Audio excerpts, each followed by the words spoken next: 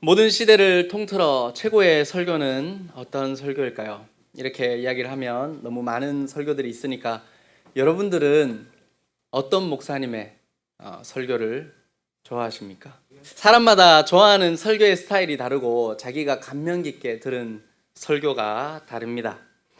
초대 교회의 교부이자 설교가였던 크리소스톰이라는 분이 계셨습니다. 이분의 별명이 황금의 입입니다. 얼마나 설교를 잘했으면 황금의 입이라는 별명을 가지고 계신 분이 계셨습니다. 또 여러분들이 잘 아는 스펄전 목사님, 아니면 마틴 로이드 존스 목사님, 현대에 와서는 지금은 돌아가셨지만 팀 켈러 목사님도 계시고 존 파이퍼 목사님, 이런 분들이 설교로 대단히 유명합니다.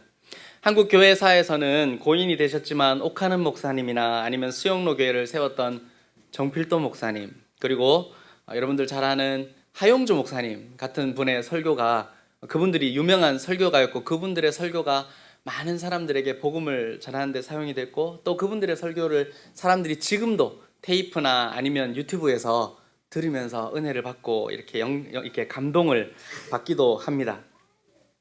어떤 설교가 최고인가라는 질문에 대해서는 각자가 생각하는 좋은 설교가 다를 수 있습니다. 그러나 모두가 인정하는 최고의 설교가 있습니다. 시대를 초월해서 모든 시대에 모든 사람들이, 모든 그리스도인들이 최고의 설교라고 부르는 설교가 오늘 우리가 바로 읽은 이 말씀, 예수님이 산에서 하신 설교다 해서 산상설교, 다른 말로는 산상수훈, 또 산상보훈이라고 말하는 이 마태복음 5장에서 7절까지는 예수님의 설교가 최고의 설교라고 평가받고 있습니다. 산상수훈은 많은 이들에게 영향을 미친 설교입니다. 특별히 이게 재밌는, 산상수훈과 연결되어서 재밌는 이런 이야기들이 있는데, 조선 말기의 학자였던 이수정이라는 분이 이 산상수훈이 이렇게 적혀 있는 그걸 보고 대단히 큰 감명을 받았습니다. 이분이 일본으로 건너가서 그래서 개종을 하게 됩니다. 산상수훈을 통해서 감동을 받고 일본에 건너가서 성경을 읽고 개종을 하고 우리나라의 최초의 번역 성경이 마가복음을 이분이 번역을 해오게 됩니다. 마가복음을 번역해서 한국에 들어와서 미국으로 편지를 보냅니다. 2통의 편지를 보냈는데 한국에 선교사들을 보내달라는 편지였습니다. 이 편지가 미국에 전달되자 미국의 그리스도인들이 충격을 받았습니다. 아직 선교사도 들어가지 않은 땅에 어떤 한 사람이 미국 교회에 편지를 한국말로 마가복음을 번역해놨는데 이 말씀을 가르쳐줄 선교사를 보내달라라는 편지를 받고 그 다음 해에 한국에 알렌 선교사가 의로 선교사로 들어옵니다. 그리고 1년이 지나고 여러분 잘 아는 언더우드 선교사님, 아펜젤러 선교사님이 한국으로 들어오게 되는 계기가 되었습니다. 이 산상수훈은 믿지 않는 사람들도 좋아하는 성경이기도 합니다. 힌두교 신자죠. 인도의 독립운동을 주도했던 간디 선생님이 이 산상수훈을 보고 큰 감동을 받았습니다. 간디 선생님이 그리스도인들은 별로 안 좋아합니다. 왜냐하면 예수님을 안 닮았기 때문에 그리스도인들은 비호감이다 이렇게 말했는데, 하지만 예수님이 하신 이 말씀은 자기가 너무 사랑하고 너무 귀하게 여기는 말씀이다 라고 간디 선생님이 이야기하기도 했습니다. 어쨌든 오늘부터 우리는 예수님이 하신 이 최고의 설교를 함께 살펴보려고 합니다. 산상수훈을 같이 살펴보려고 하는데, 오늘은 첫 번째 시간으로 우리가 왜 산상수훈 말씀을 살펴보는지에 대해서 잠깐 이유를 찾아보고자 합니다. 첫째로 예수님이, 우리가 산상수훈 설교를 읽고 이 말씀을 깊이 생각해야 되는 이유는 예수님이 이 산상수훈이라는 설교를 통해서 하나님 나라를 전파하셨기 때문입니다. 우리는 이제 요즘에는 하나님의 나라라고 많이 하고 옛날에는 천국이라고 많이 했습니다. 천국이란 말을 요즘에 좀 적게 사용하는데, 먼 미래에 가게 될 나라를 생각하는 천국보다는 오늘날 이렇게 우리가 지금 살아가고 있는 이곳도 하나님 나라가 될 수 있다라고 생각해서 옛날보다는 하나님 나라라는 말을 쓰는데, 사실 똑같은 말입니다. 하나님 나라를 한자로 하면, 줄임말로 하면 천국이죠, 그죠? 네, 똑같은 말입니다. 산상수훈은 천국에 관한 말씀입니다. 누가 하나님 나라에 합당한 백성이냐, 하나님 나라 백성이라면 어떻게 행동하고 어떻게 생각하고 어떤 마음가짐을 가지고 살아야 하는지를 분명하게 보여주는 설교입니다. 그러니 우리가 천국을 소망하고 하나님의 백성이라고 말한다면 당연히 예수님이 하신 이 하나님 나라에 관한 복음, 이 산상수훈의 말씀을 듣고 이 말씀에 순종하는 삶을 살아야 합니다. 그러나 기독교 역사에서 이 산상수훈은 가장 많이 오해를 받은 말씀이기도 합니다. 이 말씀, 예수님이 전한 이 산에서 전한 이 말씀이 모든 성도를 위한 말씀이 아닐 뿐더러 실천하기도 대단히 어려운 말씀이다. 실천하기 불가능한 말씀이다 라고 사람들이 생각을 했습니다. 예수님의 설교가 대단히 감동적이고 좋긴 하지만 이 말씀을 현실에서 실천하는 건 불가능하다 이렇게 생각했습니다. 여러분도 산상수훈 설교를 읽어보신 분들이라면 이렇게 생각하는 분들도 있을 것 같습니다. 이건 사실 좋긴 한데 이 말씀이 지금 이 세상에서 실천하기는 어려울 거야 이렇게 생각할지도 모르겠습니다. 의사이기도 하고 노벨 평화상을 수상했던 알버트 슈바이처 박사님이 있었습니다. 이분이 원래는 루터교 목사이자 신학자입니다. 대단하죠, 그죠? 저는 뭐 목사 하나 하기도 바빠 죽겠는데 목사이자 신학자이면서 동시에 의사이면서 노벨 평화상까지 받았던 분입니다. 이분이 목사이자 신학 박사로서 이 산상수훈을 임시윤리다 이렇게 얘기했습니다. 말이 어렵죠. 이게 뭐냐면 임시윤리가 뭐냐면 평상시에 지킬 수 있는 말씀이 아니라 전쟁이 터지면 상황이 급변하게 변하니까 그때 지켜야 되는 특별한 이렇게 명령들이 있지 않습니까? 예수님이 이런 명령으로 우리에게 주신 거다 라고 생각했던 긴급 조치 같은 말씀이 바로 이 산상수훈이다 이렇게 알버트 슈바이처 박사님이 이야기를 했습니다. 로마 가톨릭 교회도 비슷하게 가르칩니다. 로마 가톨릭 교회도 이 산상수훈이 대단히 수준이 높은 그리스도인들, 그죠? 성자들이나 아니면 복자들, 로마 가톨릭에 보면 성자들 밑에 복자도 있습니다. 복자들이나 아니면 성직자들, 로마 가톨릭의 주교나 신부들이나 지킬 말씀이지 모든 평신도들에게 주신 말씀은 아니다. 왜? 너무 수준이 높기 때문에 고단수로 훈련받지 않은 사람들 할 수 없다라고 여기는 말씀이었습니다. 그래서 평신도들에게 산상수훈을 지켜야 된다라고 권면하지 않았습니다. 교회 안에 있는 복음주의자들도 비슷하게 생각합니다. 복음주의자들은 산상수훈을 어떻게 이야기하냐면 이 산상수훈은 우리가 정말 이대로 지키고 따라야 될 말씀이 아니라 율법처럼, 구약에 있는 율법처럼 율법의 역할 중에 중요한 역할이 뭐냐면 율법을 지키려고 하면 다 지킬 수 있나요? 없죠. 그래서 율법을 지키려고 노력하다 보면 뭘 깨닫습니까? 내가 이 말씀을 지킬 수 없는 죄인이구나 이걸 깨닫거든요. 그러니까 이 산상수훈도 그런 말씀이다. 지키라고 준 게 아니고 이 말씀을 보면 너희가 얼마나 큰 죄인인지를 깨닫게 되니까 그런 용도로 보라고 하나님이 주신 거다라고 복음주의자들이 설명을 했습니다. 산상수훈을 바라보는 이 세 가지 견해의 공통점이 있죠, 그죠? 뭐죠? 이 산상수훈이 대단히 고상하고 은혜로운 말씀이지만 우리 모두를 위해 주신 말씀이 아니라는 겁니다. 적용하기 힘들다. 이건 미래에 천국 가면 천국에서나 이렇게 살지 우리는 그렇게 살 수 있는 게 아니다. 이런 말씀으로 생각을 한 것이죠. 왜 기독교 역사에서 산상수훈을 이렇게 오해를 해왔을까요? 여러분 이번 주에 한번 집에 가면 일주일 동안 이 마태복음 5장부터 7장까지 말씀을 한번 읽어보십시오. 상태 알았지? 다음 주에 검산 한번 읽어보십시오.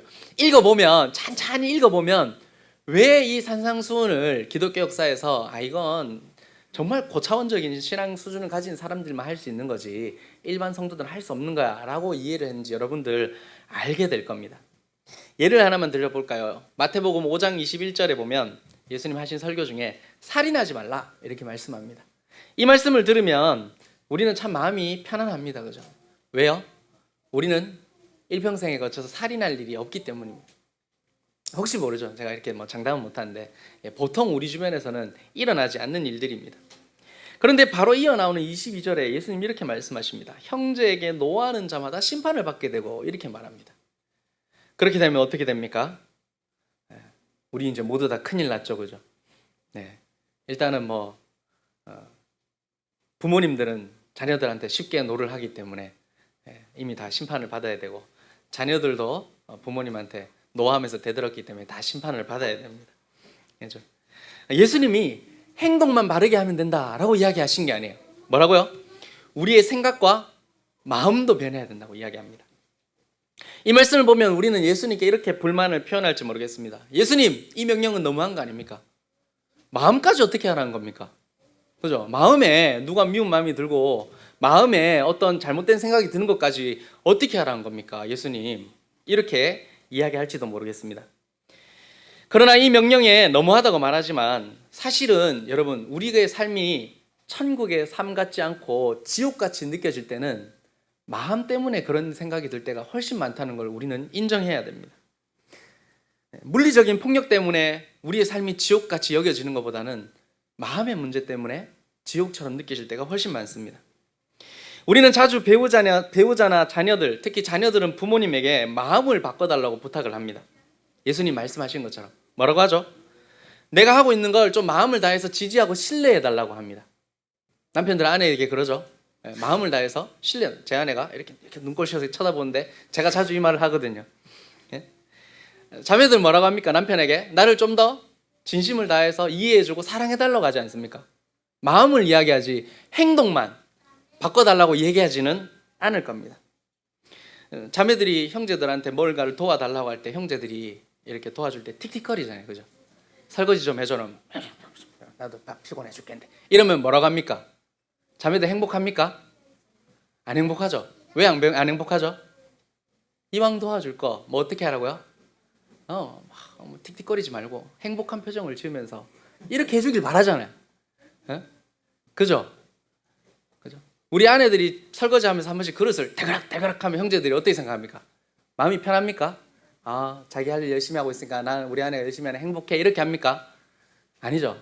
우리는 뭘 바래요? 상대방에게 마음을 바래요. 그죠? 하물며 예수님이 우리에게 바라신 건 뭡니까? 너희는 행동만 잘하면 내 백성이다, 이렇게 말하는 겁니까? 그렇지 않다는 거예요. 마음이 다해서 하나님 나라 백성답게 살아라고 주님은 우리에게 원하십니다. 살인하지 말라는 명령을 좀 더 생각해 보면, 여러분, 누군가가 나를 죽이려고 해서, 아니면 내가 누군가를 죽이고 싶어가지고 죽일 행동을 하기 때문에 우리가 마음이 불행한 게 아니고요. 뭐예요? 누군가가 나에게 분노하고 나를 미워하는 마음을 품은 것 때문에, 반대로 내가 누군가를 미워하고 누군가를 향해 분노를 품었기 때문에 우리의 삶이 지옥 같아지는 거예요. 그죠? 간음도 마찬가지입니다. 27절에 간음하지 말라는 명령도 마찬가지예요. 여러분, 간음은 살인보다는 주변에서 빈번하게 볼 수 있는 일입니다. 그죠? 직장생활 하시는 분들이나 사회생활 하시는 분들 주변에 보면 간음은 많이 일어나는 일이기도 합니다. 그러나 우리가 천국의 기쁨을 누리지 못하는 이유는 실제로 간음을 저질러서 그렇지는 않습니다. 왜 그렇습니까? 우리 안에 음욕이 불타오르기 때문에. 그죠? 간음은 거기서부터 시작되기 때문에 우리는 마음에서 평안을 누리지 못하고 하나님 나라 백성이 답게 살지 못할 뿐더러 그 나라 백성이 누릴 수 있는 평안과 기쁨을 누리지 못하는 것도 사실 마음에서부터 시작되는 거예요. 그렇죠? 그러니까 아까 제가 이야기했던 거, 이 산상수훈을 지키기 어려운 말씀, 나에게 주는 말씀은 아니다라고 생각하면 우리는 하나님의 나라 백성답게 행동하지 못할 뿐만 아니라 하나님 백성답게 마음을 다해서 하나님을 사랑하고 이웃을 사랑하는 삶을 살아갈 수가 없는 거예요. 그러니까 우리가 이 말씀을 볼 때 어떤 마음으로 봐야 됩니까? 이 말씀은 하나님이 나에게 주신 말씀. 내가 마음과 생각과 행동을 다해서 하나님을 따르라고 하나님이 우리에게 주신 말씀으로 우리는 이 말씀을 받아들여야 하는 겁니다. 예수님이 산상수훈을 통해서 전해주신 이 복음을 우리가 하나님이 나에게 주신 말씀으로 들을 때 우리의 삶과 행동과 우리의 마음이 하나님 나라 백성답게 변해가는 거예요. 그래서 우리는 이 말씀을 깊이 살펴봐야 되는 겁니다. 둘째로 우리가 천국의 복음인 이 산상수훈을 살펴봐야 되는 이유는 예수님이 하신 이 설교가 하나님의 말씀이기 때문입니다. 하나님의 말씀이다, 뭐 당연하죠, 그죠? 예수님 하셨으니까 하나님 말씀이겠지라고 생각하는데, 하나님의 말씀이라고 하는 것은 이 말씀 안에 하나님의 권위가 들어있다는 말입니다. 산상수훈을 듣는 설교를 듣는 우리는요, 이 말씀을 하나님이 우리에게 주시는 말씀으로 받아들여야 됩니다.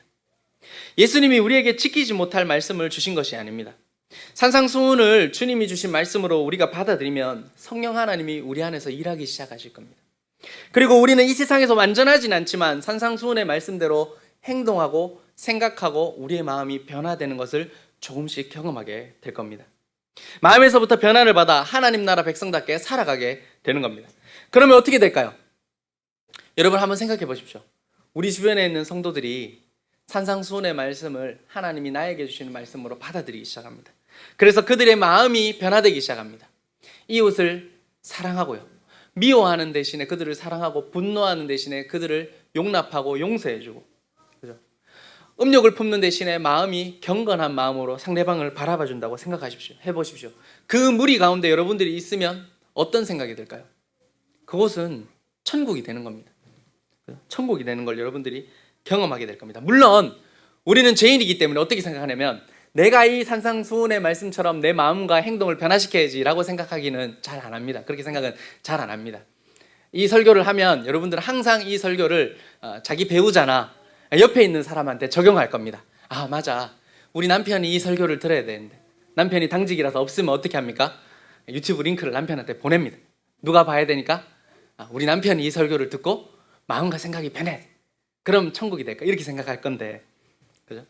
하지만 우리 주님은 이 말씀을 듣는 우리 모두가 그렇게 변화되기를 바라십니다. 성경 말씀에 주는 자가 복되다고 했습니다. 그죠? 산상수훈의 말씀을 듣고 이 말씀을 자기 자신에게 적용하는 사람이 복된 사람입니다. 이 말씀이 주는 행동의 양식과 마음을 가지고 상대방을 대하는 사람이 복된 사람이에요. 그래서 이 산상수훈의 복을 가지고 목사님들이 쓰는 표현이 지복이라고 합니다. 지복이 뭡니까? 박수 3번 시작. 네. 지복이 뭐냐면 가장 행복하게 하는 말씀이에요. 최고의 복이라는 거예요. 그죠? 우리가 이 산상수훈의 말씀을 듣고 그 말씀대로 살아가고 생각하고 행동하고 그 말씀이 우리의 마음을 변화시키면 최고의 행복을 누릴 수 있다는 말이에요. 그죠?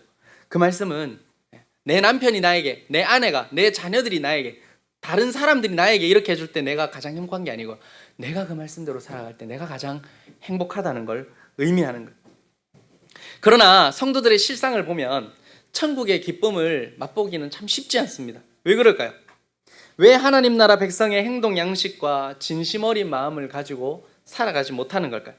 사실 이전 시대보다 더 많이 하나님의 말씀을 들을 수 있고, 그죠?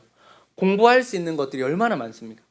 유튜브에 보면 정말 훌륭한 목사님의 설교가 이미 유튜브 안에 다 남아 있어요. 그죠? 그 말씀을 듣고 변화를 일으켰던 사람들이 수도 없이 많은 설교를 우리는 쉽게 클릭 한 번만 하면 들을 수 있는 시대에 살고 있습니다. 그러나 우리는 천국 백성과 가까워지는 것과는 거리가 먼 것 같습니다. 오늘날의 그리스도인들의 도덕적인 모습과 그리고 윤리나 그들의 마음의 이렇게 성장의 모습이 이전 시대보다 더 나아졌냐? 꼭 그렇다고는 할 수 없지 않습니까? 왜 그럴까요? 많은 이유를 찾아볼 수 있지만 가장 근본적인 이유는 성경을 하나님의 말씀으로 받아들이지 않기 때문입니다. 받아들이지 않아요. 이전 세대랑 우리가 달라진 것이 하나 있는데요, 이 위의 세대보다 하나 못한 것이 있습니다. 뭐냐면 성경을 하나님의 권위 있는 말씀으로 받아들이는 데 있어서는 우리 위의 세대보다 우리가 못하다는 걸 인정해야 됩니다. 물론 그분들 때는 좀 과한 측면도 있었습니다. 그죠? 그분들은 성경책을 이렇게 함부로 건드리면 어떻게 됩니까? 예를 들면 우리 자녀들이 성경책을 밟았다. 어떻게 됩니까? 거의 반 죽는 거예요. 우리 함주도 성도님 아버지 같이 무서운 분들은요, 함 성도님 어릴 때 성경책 밟았다 이러면 바로 회초리가, 그죠? 어디 하나님의 말씀을 이렇게, 그때가 좀 과한 측면도 없지 않다 이렇게 생각도 들 수 있지만, 한편으로 우리가 그분들에게 배워야 될 건 뭡니까? 하나님의 말씀을 정말 중요하고 귀한 말씀으로 여기는 건 우리가 그분들에게 배워야 되는 겁니다. 여러분들 중에는 아닙니다, 저는 하나님의 말씀, 성경 말씀이 하나님의 말씀이라고 믿습니다 라고 말하는 사람도 있을지 모릅니다. 그러나 이것이 하나님의 말씀입니다 라는 이 짧은 말 안에는 대단히 무거운 의미가 담겨 있습니다. 성경이 하나님의 말씀이라면 이 말씀에는 하나님의 권위가 담겨 있습니다. 다시 말해서 이 말씀을 믿지 않거나 불순종하면 그것은 곧 하나님을 믿지 않는 것과 하나님께 불순종하는 것과 똑같다는 말입니다. 이 말씀을 내가 선택 취사할 수 없습니다. 어떤 말씀은 하나님 나에게 참 은혜가 되니까 받아들이고, 어떤 말씀은 하나님 이건 내가 싫습니다 라고 거부할 수 없는 말이라는 겁니다. 해도 되고 안 해도 되는 것이 아닙니다. 내가 나에게 탁탁 바치는 말씀이 있더라도 이것이 하나님의 말씀이라면 나를 부인하고 자기를 부인하고 이 말씀을 끊임없이 자기의 삶에 적용하는 훈련을 하는 것만이 이것이 하나님의 말씀입니다 라고 고백하는 사람의 삶의 태도라는 겁니다. 성경은 그 속에 이 말씀이 하나님의 말씀이다라는 사실을 빈번하게 전합니다. 구약 성경에 보면 여호와께서 이처럼 말씀하셨다라는 표현이 417번이나 나옵니다. 이 말은 왕이 백성에게 전하는 칙령의 머릿말과 같습니다. 왕께서 이르시되라는 표현과 같은 말입니다. 오늘날에는 왕이 없기 때문에 이 말의 의미를 우리가 제대로 이렇게 느끼기는 쉽지 않습니다. 특히 오늘날은 대통령도 우리가 쉽게 비판하고, 그죠? 함부로 얘기하지 않습니까? 그러니까 왕의 권위라는 것을 이전의 세대만큼 무겁게 느끼지 못하지만, 어쨌든 그럼에도 왕의 명령이 절대적이고 권위 있는 말씀이라는 것을 우리는 알고 있습니다. 그러면 성경이 기록된 이 모든 말씀이 하나님의 말씀인가? 그렇습니다.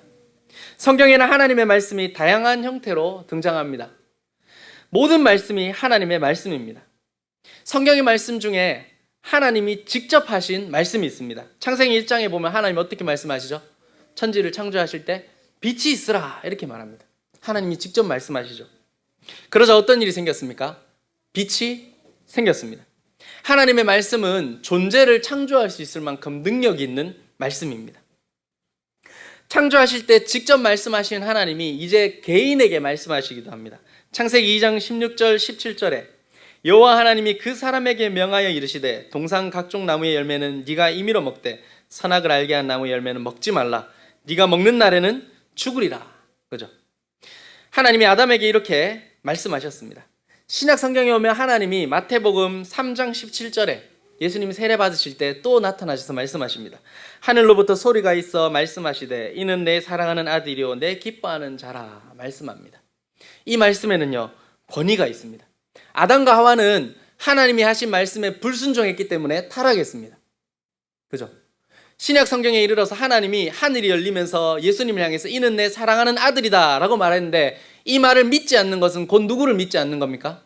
하나님을 믿지 않는 것과 같은 것이 되어버립니다. 하나님의 말씀은 절대적인 순종과 믿음을 우리에게 요구하고 있습니다.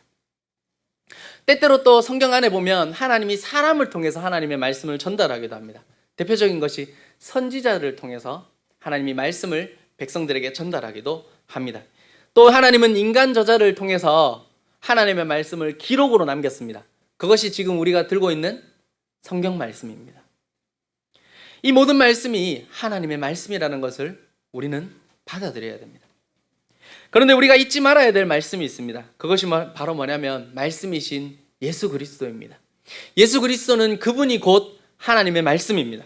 마태복음 1장 1절에 태초에 말씀이 계시니라. 이 말씀이 하나님과 함께 계셨으니 이 말씀은 곧 하나님이시다 라고 성경은 말씀합니다. 또 예수님은 우리에게 오신 하나님의 말씀입니다. 요한복음 1장 14절에 말씀이 육신이 되었다. 그죠? 인격이신 예수님 그분이 하나님의 말씀입니다. 예수님이 직접 하신 말씀으로 하나님이 어떤 분이 드러내 보여주셨고, 또 예수님의 삶을 통해서 하나님의 뜻과 말씀을 우리에게 전달해 주셨습니다. 예수님이 하나님의 말씀이라는 이 말이 우리에게 시사하는 바가 무엇입니까? 예수 그리스도는 이제 육체로 이 땅에 존재하지 않으십니다. 그러나 여전히 그분이 하신 말씀과 그분의 생애를 통해서 우리에게 말씀하고 있습니다. 성경은 그리스도를 우리에게 말씀합니다. 성경을 통해서 우리는 그리스도를 만나고 그리스도와 교제하게 됩니다. 무엇보다 그리스도께서 우리에게 전달하신 가장 중요한 말씀은 기쁨의 소식, 복음입니다. 예수님은 그분이 우리를 위한 희생제물이 되셨습니다. 이 사건을 통해서 하나님이 나 같은 죄인을 사랑하신다는 것을 증명하셨습니다. 하나님이 나를 사랑하신다, 하나님이 나를 용서하신다라는 걸 예수님은 일생을 통해 우리에게 보여주셨습니다. 이것이 말씀이신 그리스도께서 우리에게 나타내신 복음의 내용입니다. 사랑하는 성도 여러분, 우리는 산상수훈의 말씀 앞에 함께 서 있습니다. 이 말씀 앞에서 여러분들은 걱정을 하고 있을지도 모릅니다. 이 말씀대로 살지 못하면 어쩌냐, 실패하면 어쩌나, 그죠? 그러면 하나님이 나를 어떻게 생각하실까 걱정할 수도 있고, 또 한편으로는 이 말씀에는 순종하고 싶지 않은데 라고 여러분들은 고민하고 있을지도 모릅니다. 그러나 예수님은 우리에게 천국 백성의 삶과 마음에 대해서만 가르치신 게 아닙니다. 그분은 목숨을 내어놓고 내어주셔서 우리를 죄에서 구원하셨습니다. 목숨을 내어주셔서 우리를 사랑하시는 것을 증명하셨습니다. 구원과 사랑에 대해서, 사랑에 관해서 이보다 더 확실한 증거는 없습니다. 여러분들이 이 사실을 믿는다면 여러분들은 더 이상 그분의 사랑을 얻기 위해서 무언가 다른 노력을 해야 되는 것이 아니라는 것을 여러분들 알 수 있습니다. 나는 예수님 안에 있기 때문에 하나님께 사랑을 받을 거야 라고 여러분들은 마음의 평안을 얻을 겁니다. 만약 여러분들이 그리스도의 밖에 있다면 여러분들은 죄인이지만 여러분들이 그리스도 안에 있기 때문에 여러분은 예수님의 사랑과 은혜를 경험한 사람들입니다. 그러니 여러분 걱정하지 마십시오. 산상수훈 설교를 듣는 동안 적용이 잘 되지 않고 그죠? 순종이 잘 되지 않아도 여러분 안심하셔도 됩니다. 여러분은 그리스도 안에 있기 때문에 안전합니다. 산상수훈 말씀은 예수님이 여러분들을 괴롭히려고 주신 말씀이 아닙니다. 무거운 짐을 여러분들의 어깨에 얹으려고 주시는 말씀이 아닙니다. 여러분들이 실패하라고 주신 말씀이 아닙니다. 오히려 여러분들에게 하나님 나라 백성답게 살아서 이 땅에서 순종하는 만큼 천국의 기쁨을 맛보게 하시기 위해서 주신 하나님 나라의 가이드 같은 말씀입니다. 안내서 같은 것입니다. 이 안내서에는 여러분들이 이 땅에서 천국 백성답게 사는 법이 기록되어 있습니다. 그리고 여러분들이 그 말씀에 순종할 때 여러분들은 이 세상에서부터 천국의 기쁨을 조금씩 맛보게 될 것입니다. 이 말씀을 기쁨으로 받아들입시다. 네. 그리고 이 말씀을 통해서 여러분들이 하나님 나라 백성이 되어서 우리 교회가 천국이 되어가는 기쁨을 맛볼 수 있기를 주님의 이름으로 축원합니다.